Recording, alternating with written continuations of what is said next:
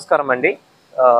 Rampachodavaram forest division ఫోక్స్పేట range పరిధిలో ఫోక్స్పేట check పోస్ట్లో నిన్న నైట్ 11 గంటలకి మామూలుగా వెహికల్ చెకింగ్ నడుస్తుంది.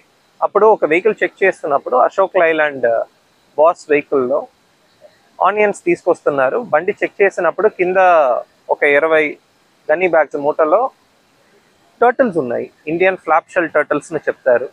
ఇది మన గోదావరి ప్రాంతంలో, గోదావరి చుట్టూ ఉన్న మండలం ఆర్ జిల్లాకల్లో పాండ్స్, లేక్స్ ఇలాంటి లొకేషన్స్లో ఎక్కువ దొరుకుతాయండి.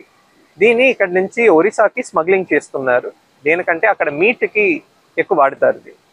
సో ఇప్పుడు వచ్చిన ఇన్ఫర్మేషన్ ప్రకారం రామచంద్రపురం, అమలాపురం జిల్లా నుంచి తీసుకొచ్చారన్నది ఇన్ఫర్మేషన్ వచ్చింది. ఇద్దరిని అరెస్ట్ చేశాము. ఎంటైర్ వెహికల్ని కూడా సీజ్ చేశాము. టోటల్గా వెహికల్లో 1589 ఇండియన్ ఫ్లాప్ షెల్ టర్టిల్స్ దొరికింది.